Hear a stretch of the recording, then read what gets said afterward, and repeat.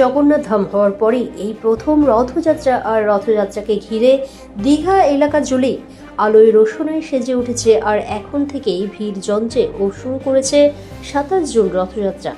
এই রথযাত্রায় প্রায় 3 লাখের উপরে ভিড় হওয়ার সম্ভাবনা রয়েছে। শুধু তাই নয়, বেশ কয়েকদিন ধরেই চলবে মেলা। জগন্নাথ মন্দির থেকে জগন্নাথ দেব যাবেন মাসির বাড়ি।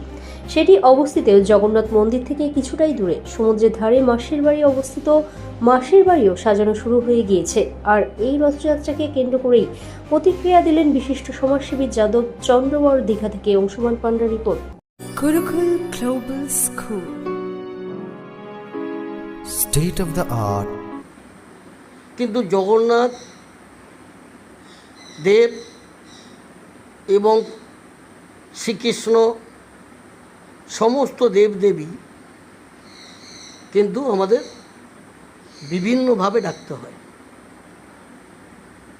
অর্থাৎ শুধু জগন্নাথ যুগ পরিক্রমে সত্যয় তিনি সবসময়ের জন্য চৈতন্য মহাপ্রভু, শ্রীকৃষ্ণ, গৌর নিতাই, রাধাকৃষ্ণ, আজকে জগন্নাথ দেব যুগ পরিক্রমে মানুষের কল্যাণের জন্য তিনি অবতীর্ণ হন,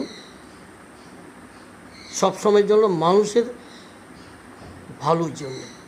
তাই এখানে কোনো দেবতা ছোট বলে মনে হয় না। আজকে যদি শীতলা